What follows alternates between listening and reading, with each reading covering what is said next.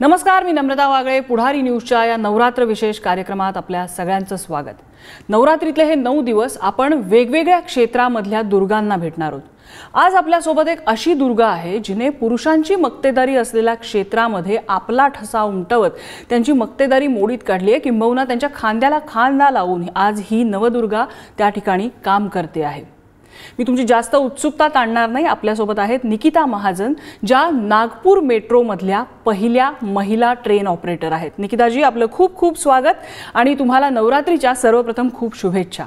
नमस्कार, सर्वांना नवरात्राच्या हार्दिक शुभेच्छा. निकिता, माझा पहिला प्रश्न आहे, आपल्या सगळ्याच प्रेक्षकांना आणि आम्हाला सुद्धा जाणून घ्यायला आवडेल की एका सर्वसामान्य घरातली मुलगी ते नागपूर मेट्रोची पहिली महिला ट्रेन ऑपरेटर, हा प्रवास कसा शक्य होता? लहानपणापासून स्वप्न बघितलं होतं असं काहीतरी वेगळं करायचं आहे आपल्याला? नाही, असं कधी बघितलं नव्हतं. ॲक्च्युली माझं इंजिनिअरिंग झालं आहे इलेक्ट्रिकलमध्ये आणि मी प्रिपरेशन करत होते गव्हर्मेंट एक्झामसाठी. तर जागा निघाल्या होत्या मेट्रोच्या, नागपूर मेट्रोच्या. तर मी अप्लाय केलं होतं तिथे. तर तिथे माझं SC TO TC ह्या डेझिग्नेशनसाठी सिलेक्शन झालं होतं. तर तिथे as a station controller, train operator आणि ट्रॅफिक कंट्रोलर या डेझिग्नेशनवर मी कार्यरत आहे. बरं, ज्या वेळेला या मेट्रोच्या जागा निघाल्या, अर्ज करत होतात तुम्ही, त्यावेळेला कधी असा विचार आला होता की आपल्याला ही एवढी मोठी मेट्रो चालवायची संधी मिळेल, असा कधी विचार आला होता डोक्यात? नाही, जेव्हा अप्लाय केलं होतं तेवढा असा विचार नव्हता की मी चालवेलच म्हणून. कारण की त्या तिन्ही पण होत्या ना, पण नंतर कळलं की नाही, आपल्याला चालवायचीच आहे म्हणून ट्रेन, मेट्रो चालवायचीच आहे म्हणून. मेट्रो ऑपरेटर बनण्याचं तुमचं हे जे प्रशिक्षण होतं, माझ्या माहितीत ते दिल्लीला झालेलं आहे, बरोबर? हां, 2019मध्ये दिल्लीला झालेलं होतं ते. नागपूर मेट्रोच्या आणखी कुणी महिला ट्रेन ऑपरेटर्स तुमच्यासोबत होत्या? दिल्लीत गेल्यानंतर तिथे इतरही महिला ट्रेन ऑपरेटर्स तुम्हाला भेटल्या असतील. तो ट्रेनिंगचा अनुभव कसा होता? काही वेगळ्या आठवणी सांगण्यासारख्या आहेत का? हां, तिथला एक्सपिरियन्स म्हणजे जो आठवणी आहे त्या खूप छान होत्या. ॲक्च्युली माझ्या बॅचमध्ये मी एकटीच होती जेव्हा जॉईन झाली होती तेव्हा. त्याच्यामुळे थोडं वाटत होतं की बा आपण एकटंच आहे, कसं करणार इतक्या मुलांमध्ये. ॲक्च्युली मुलांना सवय असते ना ट्रेनमध्ये काय आहे काय असतं, त्यांना थोडं नॉलेज असतं. पण मला तितकं काहीसं होतं नाही. म्हणजे माझ्यासाठी सर्व हे नवीन होतं. तर त्या मुलींना बघून मला थोडीशी प्रेरणा यायची की, आणि मी त्यांना विचारायची की कसं असतं काय, म्हणजे थोडासा एक्सपिरियन्स त्यांच्या विचारायची मी थोडं. कशा प्रकारे थोडा कॉन्फिडन्स वाढत गेला. तुमचं सिम्युलेटरवर ट्रेनिंग झालं? प्रत्यक्ष मेट्रो पहिल्यांदा हातात ट्रेनिंगच्या वेळेला घेता आली? नाही, प्रत्यक्ष मेट्रो हातात नाही दिली होती. आधी त्यांनी स्टिम्युलेटरवर दिलं होतं आम्हाला. त्यानंतर ते जस्ट आम्हाला मेट्रोमध्ये जस्ट कशी चालवतात ते हँडलिंग नाही देत. बस आम्हाला बघावं लागते की कसं चालवतात ते. बरं, पहिल्यांदा ज्या वेळेला मेट्रोचं स्टिअरिंग म्हणूया आपण, आम्हाला माहिती नाही तिथे कॉकपिटमध्ये काय असतं, तर मेट्रोचं स्टिअरिंग ज्या वेळेला पहिल्यांदा हातात आलं त्यावेळेला काय भावना होती? ॲक्च्युली जेव्हा पहिल्यांदा हातात आलं तेव्हा थोडंसं म्हणजे भीती असते की बा कसं करेल, कारण की नवीन असतं प्रत्येकाला ती गोष्ट. त्यामुळे थोडासा कॉन्फिडन्स तितकं हे नव्हतं, भीती वाटायची थोडीशी. बट जसं जसं म्हणजे प्रॅक्टिस होत गेली, म्हणजे चालवत गेली, तसं कॉन्फिडन्स वाढत गेला आणि मग जसं आपलं नॉर्मल असतं छान वाटायला लागलं नंतर. बरं, म्हणजे पहिली तुमची इंडिपेंडेंटली स्वतंत्रपणे तुम्ही मेट्रो चालवणं हे ट्रेनिंग नंतर किती दिवसांनी घडलं? 45 डेज नंतर. 45 डेजची ट्रेनिंग असतं ॲक्च्युली. त्याच्यानंतर. बरं, त्याआधी तुम्हाला स्कूटर किंवा कार चालवता येत होती? स्कूटर किंवा कार वगैरे चालवता येत होती? कार तर नव्हती चालवता येत, पण मी माझी बाईक म्हणजे स्कूटी वगैरे चालवायची मी. बरं, म्हणजे स्कूटरवरून थेट मेट्रो हातात आल्यानंतरचा तो फरक जाणवत होता काही? हां, ऑफकोर्स. कसा फरक तुम्ही सांगाल? चालवणं वेगळं असतं आणि एक मेट्रो चालवणं खूप डिफरन्स. ॲक्च्युली जेव्हा आपण स्कूटर चालवतो तेव्हा ती आपण रिस्पॉन्सिबिलिटी आपली असते आणि आपल्या मागे जी बसली असते त्यांची असते. पण एक मेट्रो चालवतो तेव्हा आपण म्हणजे पॅसेंजर घेऊन जातो, त्यांची रिस्पॉन्सिबिलिटी आपल्यावर असते. त्याच्यामुळे ते एक खूप जास्त म्हणजे रिस्पॉन्सिबिलिटी घेऊन आपल्याला चालवावं लागतं की नाही, एका डेस्टिनेशनवर दुसऱ्या डेस्टिनेशनपर्यंत सुखरूप पोहोचवणं ही आपल्यावर एक जबाबदारी असते. बरं, जसं तुम्ही आत्ता सांगितलं की ही एक जबाबदारी असते. शेकडो लोक कारण प्रवास करत असतात, मध्ये अनेक स्टेशन्स असतात, त्या स्टेशनवरती योग्य पॉईंटवरती तुम्हाला थांबायचं असतं, कारण तिथे प्रत्येक ठिकाणी डब्याच्या दाराची मार्किंग असते, ते मार्किंग चुकून चालणार नाही.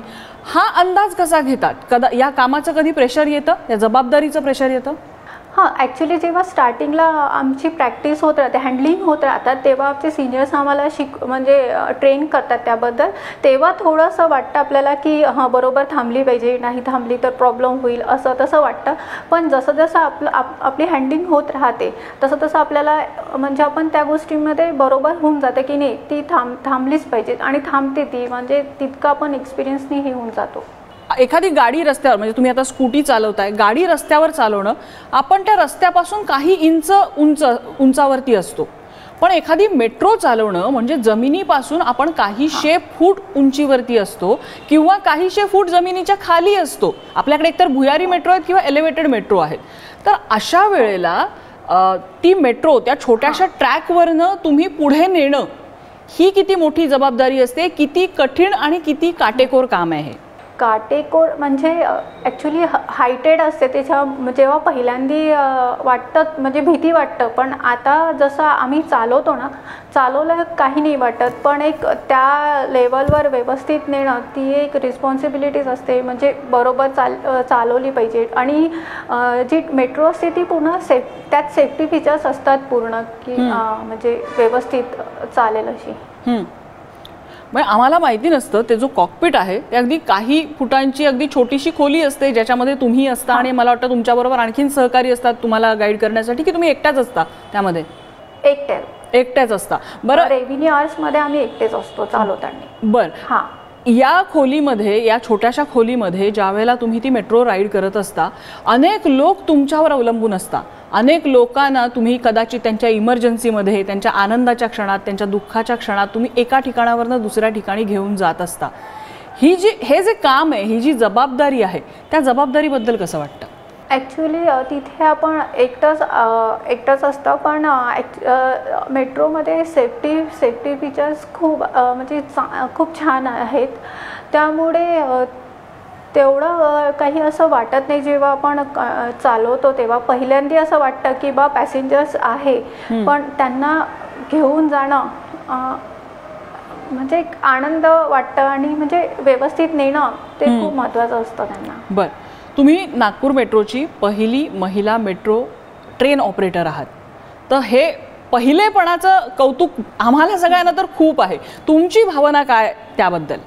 छान वाटतं मला. म्हणजे पहिले मेट्रो आहे, पण त्याबरोबर एक ना म्हणजे जेव्हा पहिल्यांदा आपण लागलो आहे आणि एवढ्या मुलांमध्ये जेव्हा आपण एकटं असतं ना, त्यावेळेस भीती पण वाटते, कारण की आपली कंपॅरिझन किती केलं तरी मुलांसोबत असते. म्हणजे जे आपले कलिग असतात त्यांच्यासोबत असते की काम होते, म्हणजे आपल्याला वाटते ना की झालं पाहिजे त्यांच्यासारखंच, म्हणून आपण कुठे कमी नाही पडलं पाहिजे.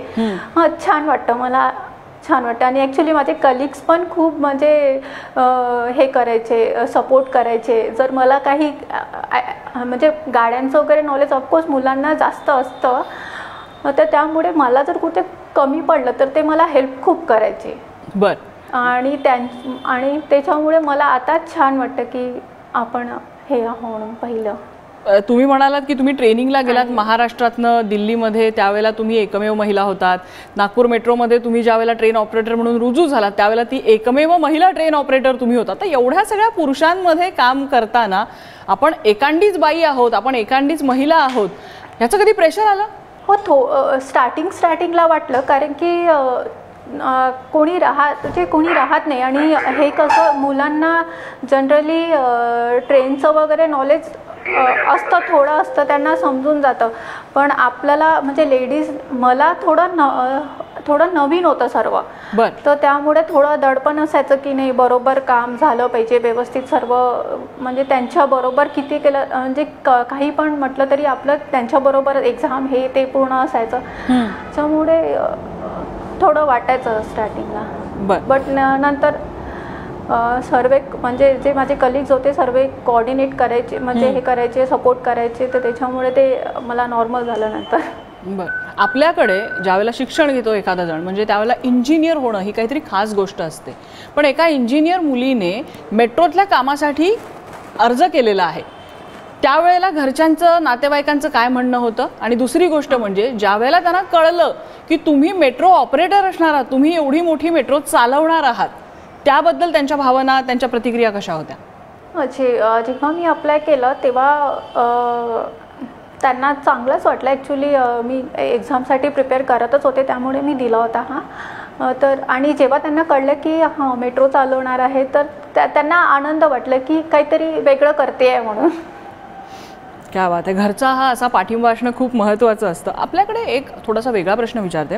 आपल्याकडे बरेचदा एखाद्या स्त्रीने वाहन चालवणं, म्हणजे कार चालवणं, स्कूटर चालवणं, ह्याच्यावरनं ना बरेच विनोद केले जातात, जोक्स केले जातात, सोशल मीडियामध्ये अगदी ते चवीने पसरवले जातात. मेट्रोसारखं एवढं मोठं अजस्त्र वाहन चालवणाऱ्या निकिता यांना या जोकबद्दल आणि त्यामागच्या मानसिकतेबद्दल काय वाटतं? मॅम ॲक्च्युली मला नाही वाटत की लेडीज चालवत नाही म्हणून. ॲक्च्युली मुलांमध्ये मुलं जास्त चालवतात असं आहे आपल्याकडे, पण मला नाही वाटत आहे कारण की एक मुलगी पण छान ड्राईव्ह करू शकते. मुलींनाही ड्रायव्हिंग करायला आवडतं. मी पण ऐकलं आहे मॅम की जोक्स असतात की पाय दोन्ही हे करून चालले आहे. कसं असते की एक घरी असणारी व्यक्ती जेव्हा एकदम बाहेर निघते तर ऑफकोर्स तिचं कॉन्फिडन्समध्ये आणि एखादी व्यक्ती जर कंटिन्युअस चालवून राहिला त्याच्या कॉन्फिडन्समध्ये थोडा डिफरन्स असते.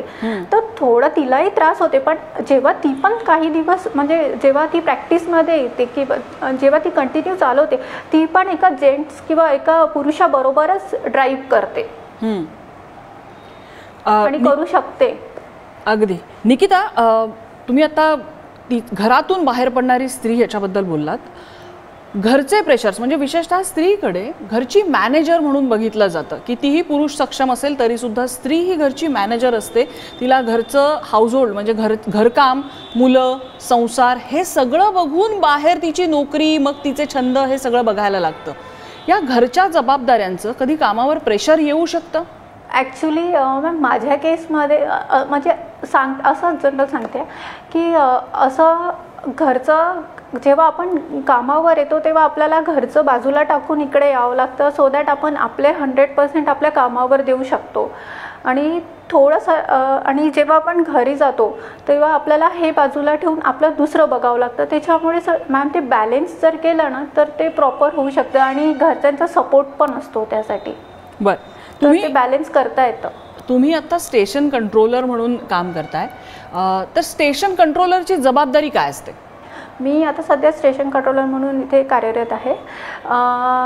स्टेशन कंट्रोलरमध्ये आम्हाला पॅसेंजर जे मॅनेजमेंट आहे, पॅसेंजर सेफ्टी, जसं ट्रेनमध्ये पॅसेंजर सेफ्टी TOकडे असतं, म्हणजे जर इन केस काही झालं तर TOला बघावं लागते. तसं स्टेशनमध्ये एक स्टेशन कंट्रोलरची जबाबदारी पूर्ण स्टेशन मॅनेज करणं असते. जर रेव्हेन्यू बघणं, कुठल्या पॅसेंजरला काही कंप्लेंट्स आहे किंवा काही प्रॉब्लेम होत आहे तर त्यांच्या अडचणी सॉल्व्ह करून देणं, अशा सेफ्टी वाईज स्टेशन बघणं पूर्ण, ते सर्व आम्हाला मॅनेज करावं लागतं. तुमचा जो प्रोफाईल आहे त्यामध्ये ट्रेन ऑपरेटर, स्टेशन कंट्रोलर आणि ट्रॅफिक कंट्रोलर असे 3 त्यामध्ये तुमचे प्रोफाईल आहेत, ज्यासाठी तुम्ही नागपूर मेट्रोमध्ये रुजू झालात. तर या 3पैकी कोणतं काम तुम्हाला वैयक्तिक आवडतं?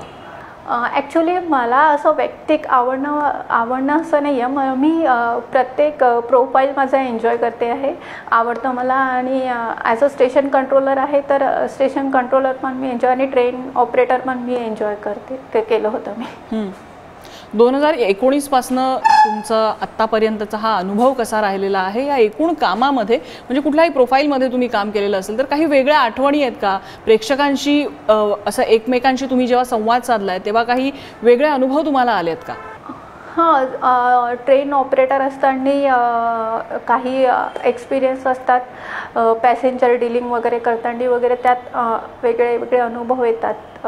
मीन्स पॅसेंजरसोबत कसं डील करायचं वगैरे. इथे स्टेशनवर असताना पण पॅसेंजरच्या प्रॉब्लेम्स वगैरे सॉल्व करत त्यामुळे पॅसेंजर डीलिंगचा एक्सपिरियन्स आहे. कधी अशी घटना घडली आहे की एखाद्या पॅसेंजरची काहीतरी मोठी अडचण झाली आहे की आता कशाची तरी गरज आहे आणि त्याच्या अडचणीमध्ये आपण धावून गेलोय, असा काही अनुभव कधी आला इतक्या वर्षात? हां, म्हणजे आता स्टेशन कंट्रोलर आहे, तर कधी कोणी पडून वगैरे जातात, कधी ट्रेनमध्ये कोणी फेंट वगैरे असं झालं आहे, तर आम्हाला लवकर जाऊन त्यांना फर्स्ट एड वगैरे प्रोव्हाइड करणं हे म्हणजे करावं लागतं. असं म्हणजे धावून जावं लागतं पॅसेंजरसाठी जर कुठे काही प्रॉब्लेम वगैरे झाला तर. एक प्रकारे ही खऱ्या अर्थानं तुम्ही केलेली ही आमच्यासारख्या सर्वसामान्य नागरिकांसाठी हे खूप मोठा आहे तुमचा प्रोफाईल आणि तुम्ही सेवाभावाने ते करताय हे खूप मोठं आहे. या नवरात्रीमध्ये आपल्या समस्त महिला भगिनींना, या स्त्रियांना एक पुरुष प्रधान प्रोफाईल ज्याला समजलं जातं तिथे एका स्त्रीचा झेंडा म्हणून तुम्ही मिरवत असताना काय संदेश द्याल या नवरात्रीचा? मी तर हेच सांगू इच्छित आहे की कुठलंच काम असं नाही आहे की कुठली स्त्री करू शकत नाही. जर आपण असा विचार केला की नाही हा म्हणजे प्रोफाईल मुलांचा आहे, मुलंच करू शकतात, आपण नाही करू शकत, असं काहीच नाही आहे. आणि जेव्हा आपण कुठलं काम हातात घेतो तर ते म्हणजे एक स्त्री पण करू शकते, असं नाही की नाही करू शकत म्हणून. आणि ऑफकोर्स जेव्हा आपण काही निश्चित करतो तर आपल्याला आपल्या घरचा सपोर्ट पण असतो त्यासारखा. कधी तुमचा धीर खच्चीकरण करण्याचा प्रयत्न कोणी केला का या संपूर्ण इतक्या वर्षाच्या या कामात? नाही, कधीच कोणी मला नेहमी मोटिवेट करण्याचाच प्रयत्न केला गेला. म्हणजे माझे कलिग असो कोणी असो, मला नेहमी मोटिवेशनच मिळाले. माझे सिनियर्सकडनंही मला मोटिवेशन्स मिळाले. त्यांच्याकडनं मला ॲक्च्युली माझ्या सिनियर्स होत्या त्या पण लेडीज होत्यात काही एक दोन, तर त्यांचे पण त्यांना पण एक्सपिरियन्स विचारायची. काही मॅमनी ट्रेन पण चालवले आहे, तर त्यांच्याकडनं मी पुष्कळ काही शिकलेली आहे. पण एक थोडंसं जेव्हा मी स्टार्टिंगला ते सिम्युलेटरवर जेव्हा करायची तेव्हा पहिल्यांदा जेव्हा मी ते सिम्युलेटर हातात घेतलं होतं त्यावेळेस मला थोडं नाही, मला चांगलंच भीती वाटलं होतं की बा मी कसं करेल हे. पण तेच मग करता म्हणजे व्यवस्थित झालं सर्व. अगदीच या सगळ्या अडचणींवर तुम्ही मात केलेली आहे आणि तुम्ही आज इथे पाय रोवून उभ्या आहात आणि अनेक स्त्रियांसाठी तुम्ही आदर्श आहात. निकिताजी, खूप खूप धन्यवाद. आपण पुढारी न्यूजशी संवाद साधला त्याबद्दल. Thank you so much. तर या कार्यक्रमामध्ये आज वेळ झालेली आहे इथेच थांबण्याची. मात्र जसा निकिताजींनी आपल्याला संदेश दिलेला आहे की स्त्री कुठल्याही क्षेत्रामध्ये कुठल्याही प्रकारचं कुठल्याही पद्धतीचं काम अगदी खमकेपणाने करू शकते. गरज असते ती फक्त तिच्या जिद्दीची. आज इथेच थांबतोय. उद्या पुन्हा एकदा भेटणार आहोत आणखी एका नवदुर्गेला. पाहत रहा पुढारी न्यूज.